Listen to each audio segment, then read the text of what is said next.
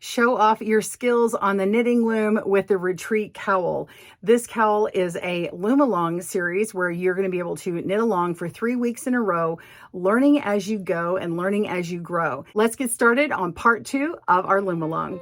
Welcome to Good Knit Kisses. We're all about helping you stitch your love and love your stitches. Part 2 is really fun because we get to start doing the very fun, pretty parts of our cowls today with this cabled section as well as the seagrass stitch leading up to it. So let's go over to our pattern. So we worked on the 1x1 ribbing last week and the diamond lace stitch as well. This week we're working on the seagrass stitch pattern and also the Indian cross stitch pattern. Let's go over and look at our charts. On the skinny, you can see how it's going to be a lot of stitches this week. We're going to be working with lots of rounds, but that's because one section here, you're working with the seagrass, and then this section here is all the Indian cross stitch, and then you just have repeated rounds. Now, because you have to have more stitches to get the same height on the skinny that you do on the chunky loom, let's jump over to the chunky loom pattern here. And you can see how the chart is much shorter. You're doing far less rounds than you do on the skinny. They're still the same stitch work. It's just fewer rounds. So let's go over to the pattern. Okay, I'm going to look at the chunky one. It doesn't matter which one you're looking at. We're going to go concentrate first on the seagrass stitch pattern. The way we work this, we are going to bind off one stitch. When you're binding off, you're working 2 stitches and moving the second one onto the first, and then you leave an empty peg. And before you move anything over to that empty peg, we're going to increase again by a yarn over. This is an E-wrap yarn over. We're just going to be wrapping all the way around. And then we're just going to repeat that throughout the entire round. And then we're going to be knitting around after that and repeating it back and forth. So let's go see what that looks like on our chart. All right, on our chart, we've got our chart key, and the new stitches we're working on are this little arch and then this circle here. So we have a bind off stitch, which you normally don't see on the chart because usually you're binding off after you're completed with the chart. And then we have this circle here representing the yarn over. So that is right here on round 7. On the skinny loom, that's going to be round 8. And then you have this little arch. And then once you've bound off one stitch, you have that circle filling up where the empty peg was. And you just continue repeating. And the round above it is that knit stitch, because remember that box is empty. Okay, so that's how you read that chart there for this stitch pattern. Let's go ahead and jump into our first round of seagrass. Remember, in this video, we do have timestamps, so you can jump right to the section that you need. We're going to work on the first peg, and we just knit that. Go to the second peg, wrap knit that, and then pick up our second peg and move it to our first peg and knit that over. Now we have an empty peg. We're going to put a yarn over on it. We're going to E-wrap around that.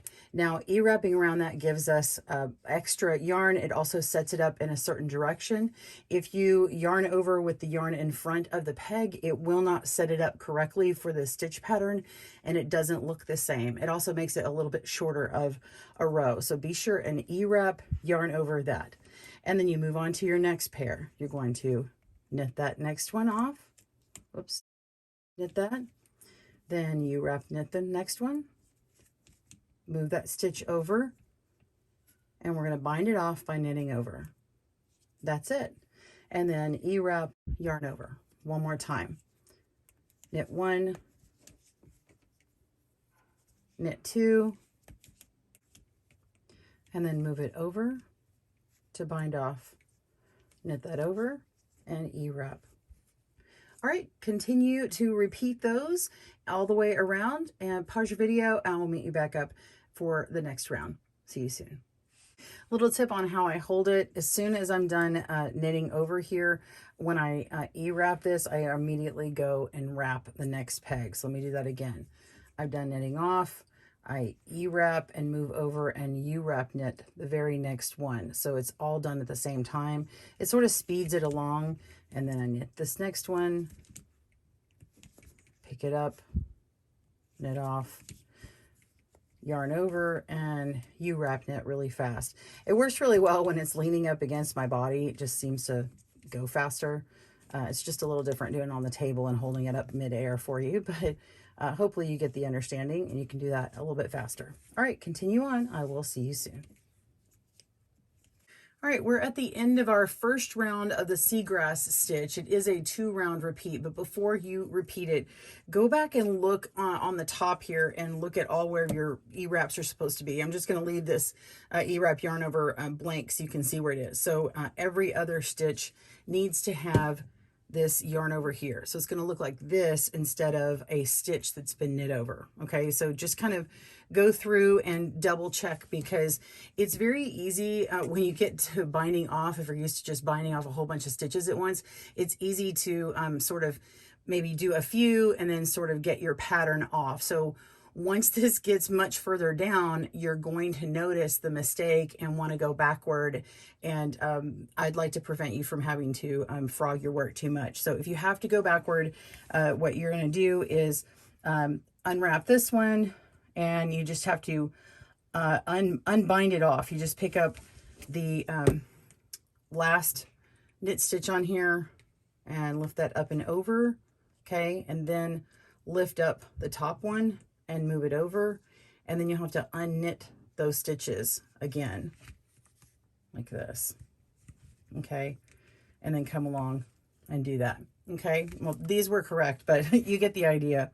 So E-wrap, bind off, only 1 stitch, but you have to work 2 of them to do it, okay? And the Seagrass stitch is just one that it is very noticeable, and it looks very odd when you don't do it in the same patterning.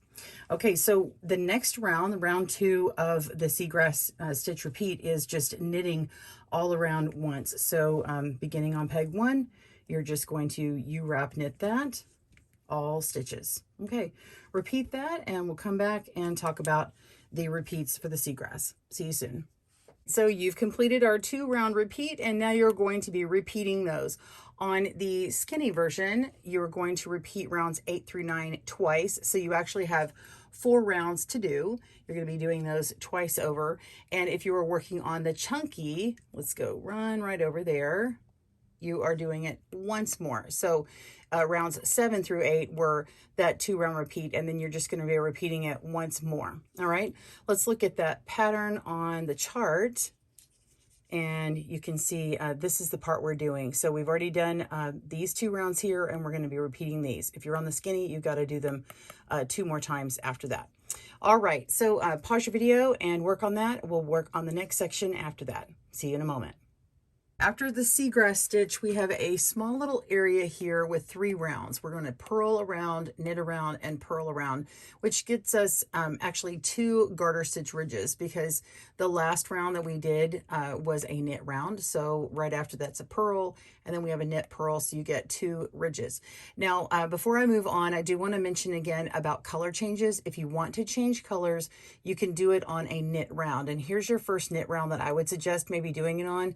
So if you want one little ridge that pops out with another color, say like this, where you just want like a little stripe of color going around, you could do it on a ridge here, or you can wait until we have our next knit round on the Indian cross stitch, where you can change it on the drop stitches, say on here. Let's talk about the color changes at the end of this video, but I just wanted to bring it up here now if you want a head start. Okay, so go in the timestamps down below to jump to that section if you want to talk about or hear about the color changes. All right, so go ahead and purl a row, knit a row, and purl a row around, and then I'll meet you back up for the Indian cross stitch pattern. See you soon. The Indian cross stitch pattern is this really beautiful pattern in the middle here, and you can see it has long drop stitches that we have crossed over like it's a cable. So let's just jump over to one of the charts here. Okay, and you can see graphically we've just represented it as a big X on our pattern here. So you can look over at the symbol, or I kept calling it icon earlier. I don't know why. It's a symbol, whatever. It's the Indian cross stitch represented by this big X, and it just consumes over 6 stitches. So we have 1, 2, 3, 4, 5, 6. We are crossing 3 on the right and 3 on the left in that 6 stitch area, and then it's repeated across. Don't worry about the rest of it for now, but let's just go ahead and concentrate on the first round. Let's look at our written directions. Okay, the first round of your Indian cross stitch is right here, or on the chunky version of it, but it's a different round number on your skinny version. You're going to E-wrap knit 1 stitch. When I say E-wrap 1, I mean actually E-wrap it and then knit off or knit over, where you lift the bottom over the top. And then you're going to wrap that same peg 3 times. And then you repeat that on all of the pegs. The very last peg you don't actually need to wrap, and you'll see why later on. Let's go ahead and do that right now. So we have peg 1. We're just going to E-wrap that stitch all the way around and knit off. And then we're going to wrap that peg again 3 times. 1, 2, 3. And then E-wrap the next stitch, knit off. And now it's going to lock these stitches in here. This is going to be one big long length that's going to get unraveled on our next step. So step 1 is just knit 1 and then wrap it 3 times. You can also use your tool to kind of hold on to it. Let me see if I can do it while I'm holding this up in the air. Let's see, 1, 2, 3. So if you need something stable to do it, you can hold on to it that way. Let me do it on the table here, and you can see what I do. Usually when it's in my lap and I've got something kind of holding it. So I've knit 1 here, knit it off, and then I'm just going to use my tool to help hold it down there while I wrap. Okay, so these are all wrapped, and as we go around and knit 1, it locks them in place. So go ahead and repeat all the way around. Pause your video. I'll meet you back up for the last peg. See you soon.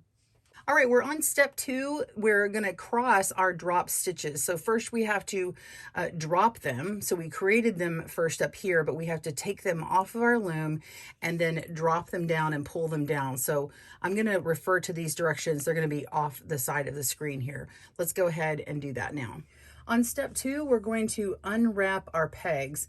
Now we're going to be working in sections of 6 at a time to drop the stitches, but we need to unwrap more than that or else we can't tug down our yarn. So what I do is I start with the very top one, and I just kind of flip it off the top of my peg and then unravel the yarn there.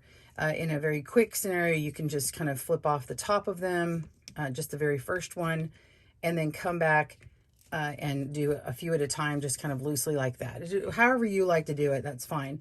I say the first 12 to 18 stitches, undo those, and then the first 3 to 4 stitches over here, maybe even 3 to 6.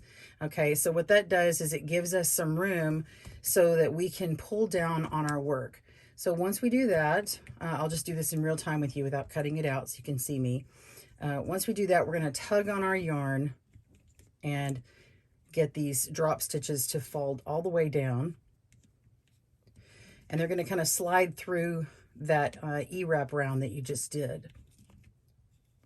Now while I'm chatting here, I will talk about color like I said at the end, but if you wanted to change color on these crossed drop stitches here, the Indian cross stitch, you could have changed and started a brand new color at the beginning of this round. No worries, because I think the first time you watch this, generally most people are going to be just watching it and not actually knitting along with it. So hopefully I caught you in time. All right. I'm not really counting them, but let's just say I've got my 12 to 18 stitches pulled out, unwrapped. All right, I've unwrapped these down here, and now we're just going to take our yarn. I'm going to turn it around so you can see it. You don't have to do this on yours, but I'm doing it so you can see it. We're just going to take our knitting and tug on it. And see that? It creates this really long drop stitch. Okay, I can come over here and tug on these more, And the Flexi Loom is cool because I can just kind of bend it and it'll do most of it. But you see how this last one here, it's not working it. So if I have to cross some of these here, it's better to go ahead and undo some more. And come to the beginning and do those as well. Okay, so those are all now pulled off, and they're going to be loose, and they can just pop right off of the loom. So you want to make sure and do this when you have time to concentrate on this round and cross all the stitches so that they won't be falling off as easy. The end of this round, we're going to do a purl round to lock these in place, and so you want to be able to do that all at the same time. The other way you can unravel them is to come to the back here, and you see there's this line of yarn here. Okay, you can just take that and undo them from the back as well. So that's just another way to unwind them. Okay, and you just pull on it and you can see it just kind of guides it up through there. All right, now the next step, we are going to be crossing these stitches. So let me lay this down so you can clearly see how it's going to cross, and it's laid out, but you don't have to lay it on a table if you don't want to. Now you can use your fingers or you can use a cable needle. It's not necessary to use a cable needle. In fact, generally I just use my fingers here, but I'm gonna use this for a moment so you can see. I'm gonna work with the first 6 stitches, 1, 2, 3, 4, 5, 6. So you can see it takes up 3 of these links. So we're just going to pick up the first 3, 1, 2, 3. You can also use your loom tool. I'll use the loom tool on the next one, and I can just hang it at the back. Okay, I'm not using them at all, so we're just going to let them hang for now. Pick up your loom tool, and then you're going to take these next 3 stitches and we're going to place them on the first 3 stitches. What I do is I pick them up with my hook and then I twist them around. The reason why I twist them, let me pick it up and you can see there's a little twist to the back here. Do you see that? That's from that first E-wrap. If you just go ahead and twist your loom hook around, it will make that more of a V shape, okay? And then we just lay it on our peg. You don't have to do that. If they're all done the same way, that's the best thing. So if they're all twisted, that's fine. If they're all untwisted, that's fine. It's just best to be consistent. So I'm gonna do 1, 2, 3, and now I'm gonna put these other ones back on. So I'm gonna take my cable needle. It's just been hanging out and waiting.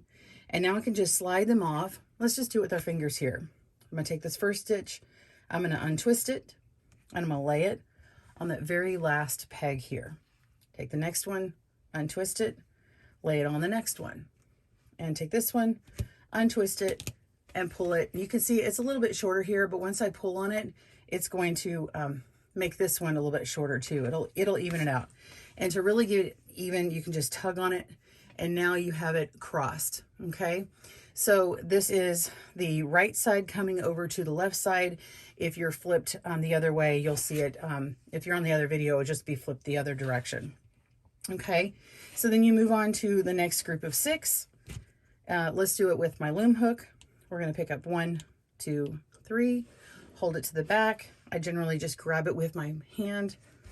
Usually when it's on my lap, I just hold it with my fingers, and then I can actually start moving them over this way. So I've got my first one, untwist it and place it. Next one, twist and place. Next one, twist and place. And don't skip any. And then now we're going to take these, twist them and place them. And we've got all 6 of our stitches. Okay, so make sure you're doing 3 and 3 at a time. You haven't skipped any, and you're going to get these little open windows here. So it's going to look like an X, and that's exactly what it's going to look like on your chart. All right, so you're just going to continue by unraveling these.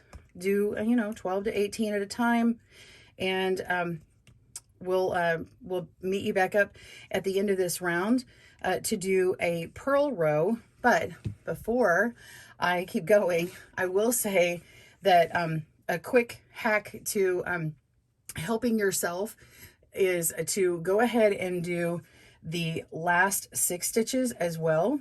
Okay, so go ahead and just do the last 6. I'm going to show you something with your working yarn here.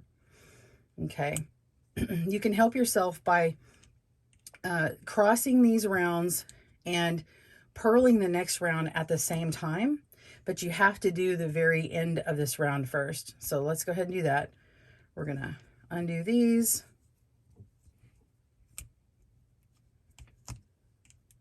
Okay, pull it out. And then we're going to take our last 6 stitches. So I've got 1, 2, 3. Okay, pick it up in place. Oops. 1. I'll just do it with my finger. 2 and 3. And then place these. 1, 2, 3. All right. So now I have these done. Okay. Here is my working strand, okay? When I'm gonna do my next round, which is purl, it's gonna have to go up to this first stitch, right? But then I'm gonna have this little random yarn here. So I held my yarn at the back. My directions do say hold the yarn at the back, and you can absolutely do this and it's totally fine. But if you want a more seamless look without that extra little part in there and this little open window, I have a little trick where I go back a couple of stitches and lay them on top of these here. Okay, so I'm laying them behind my very last crossed dropped stitched area, and I'm not going to work them at all, but this very first stitch I can go ahead and lock it in by purling. Okay, so that stitch will get purled. I'm going to wait to do this part again and just to remind you that this is a purled row, but you can have this yarn waiting here for you to remind you where it goes. Okay, all right, so continue working on your round. Pause your video. We'll come back to this area here in a moment. See you soon. All right, so look at this round. Okay, so you can see them all crossed, and be sure and pull on them before you go just to make sure all of the drop stitches are just all the way pulled down. It's nice and even. Okay, it's really pretty. Let's turn on the other side and you can see it. Don't drop it though. I'm just kind of putting some tension on it. You can see all of our stitches dropped here and those 2 garter ridges there. And now we're ready to make these garter ridges again. So the first round that you are going to work next is the purl round. So you're going to purl all stitches all the way around. Just be careful because they're still loose. So you would take your yarn and come up here and start purling. But remember, this working yarn needs some gap. So if you're going to hang it between the last stitch and the first stitch, it's going to hang in the way here, but you need a gap to be able to accommodate that that height that takes place. So you kind of want to give it a little bit of looseness here. And you can also go around, like I said, at the end of that last one, go around these last 2 pegs here, come up and from the back, and then it sort of hides into that back of that stitch. So just keep it at the top of those last 2 pegs and then come underneath the very first peg and purl that stitch. Okay, so we're going to purl it and then continue purling all the way around, and that will sort of lock in all of these stitches. And when you get back around to the last 2 stitches, I'll meet you there and we'll work on those together. Pause your video and I will see you in a moment. All right, so our purl row is almost finished. I've just got these last 2 stitches here and I'm going to purl both of these together. So this is just that working yarn that was up there. Okay, so go ahead and purl those and then purl the next one. Oops. Okay, and now you have 1 garter stitch ridge that will finish out these repeats. So we did 1 round with the cross stitches, we did another round with purl, and then we have a knit round and a purl round to finish that out. So if you wanted to, we'll talk about color change here too. If you wanted to color change again just for the ridge, you could put it there, which is like this sample right here. Okay, so if you want a little pop of color here, you could do that at this point here. You will have extra tails to weave in later, but that's what that would look like. Okay, all right, so we've got our pattern here. Like I said, you just finished this purl round here, and then you're going to knit around and purl around. You can change the color on that knit around there. And rounds 14 through 17 is your stitch pattern repeats for this particular one. Let's look over at the chart. Okay, So your stitch pattern repeat beginning with the first 6 stitches crossed is this area here from 14 to 17. When we meet back up, we'll be at this next section where we're shifting it over, and so it will be slightly different. All right, go ahead and finish out your knit round and your purl round, and I will see you in a moment. See you soon. When last we left off, we were looking at the rounds for the chunky version, and we finished rounds 14 through 17. Now we're going to jump to rounds 18 through 21, and everything is going to kind of shift over. But it begins just how we did the beginning of this as an E-wrap 1 and then wrap that peg. So let's go ahead and do that now. Whether you're on the skinny or the chunky version, it's the same. So you're just going to repeat what we did before. E-wrap, knit over, and wrap the peg 3 times. 1, 2, 3. E-wrap the next peg, wrap that peg, 1, 2, 3, and move on. And the next one, E-wrap 1, knit over, 1, 2, 3. Okay, so go ahead and continue doing that. Pause your video. I'll meet you back at the end of wrapping all those stitches. We'll see you soon. All right, so you have wrapped everything and you're ready to start taking all the drop stitches off. So go ahead and do that as you did before. Now you can just start with the first 3. You don't have to worry about those last 3 unless you want to. But this time we're actually going to start our crossed section on peg 4. So we got 1, 2, 3 that we're ignoring, and we started on peg 4. So when you're counting your first 6 stitches that you're going to cross, you're working with these 6 stitches here. Okay, so go ahead and pull off 12 to 18 and get those tugged down, and I'll show you how to cross them again, and then we'll look at it on our chart.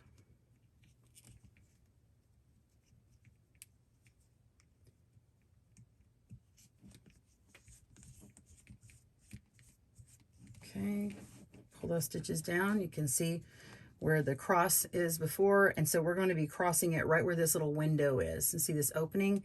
It's going to cross here, so this little X will look like it's right here. Okay, now you can do this pattern where everything lines up and you do them exactly the same way, and so you have these little diamond shaped windows all the way up and it doesn't cross. But when you do cross them, it has this cool little waviness to the pattern on the right side. So let me pull this back and you can see this is what it looks like right now, and we're going to be crossing it and putting it here. Okay, and then it ends up having kind of a bit of a wave because one area will go up and then down again. All right, so continue doing that. I'm going to get my pattern out. So I'm going to jump right over to the chart over here, and I'm zooming in on this little red area here. So you see this sort of half of the X completed here, and then we have the full one that goes over 6 stitches. If we look at our chart, the one with the red part around the box says skip these 3 pegs at the beginning of the round, and then at the end of the round, it's down on the other side. I'll show you in a moment. Work these 3 pegs with the skipped pegs from the beginning of the round as first Indian cross stitch. So let's zoom out, and you can see down at the end of this round down here, if we kept it going, it's going to have that little V shape right here. Okay, kind of sideways. So you're just going to continue pulling those off, and let's go ahead and do this now. We're going to cross these. So skipping my first 3 stitches, 1, 2, 3, I'm going to pick up the next 3 starting on 4. 1, 2, 3. There you go. And then we're going to move over those next 3 and put them on our empty 3. Just using my fingers here. All right.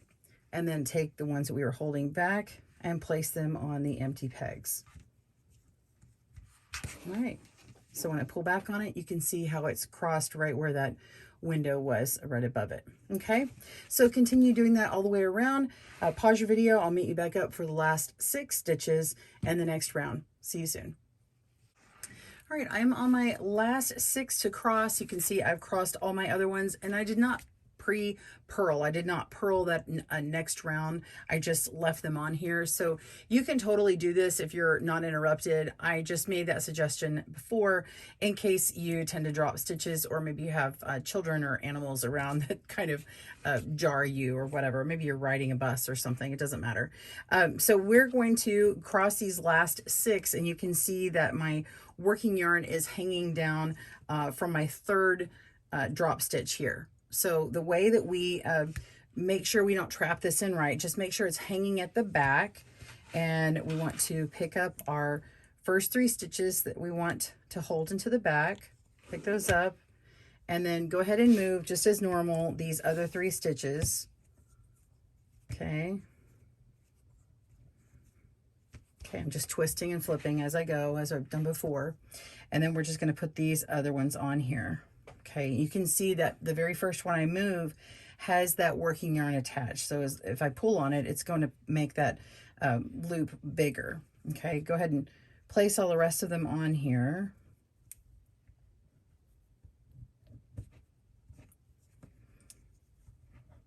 Okay. So now we've got our first stitch that needs to be done, but we want to make sure to get it up to our very first peg. So you're just going to take your yarn and come up between the last peg and the first peg, and don't pull too tight or else you'll make your round be too short right here. So kind of pull it down and gauge it according to these other ones. Pull it down, give yourself enough material, and then go ahead and purl that first stitch. Whoops. Let's do that again. Pull back, get enough yarn, purl that first stitch, and set it on there. Okay. All right. So just continue by purling all the way around. Pause your video. I'll meet you for the next spot.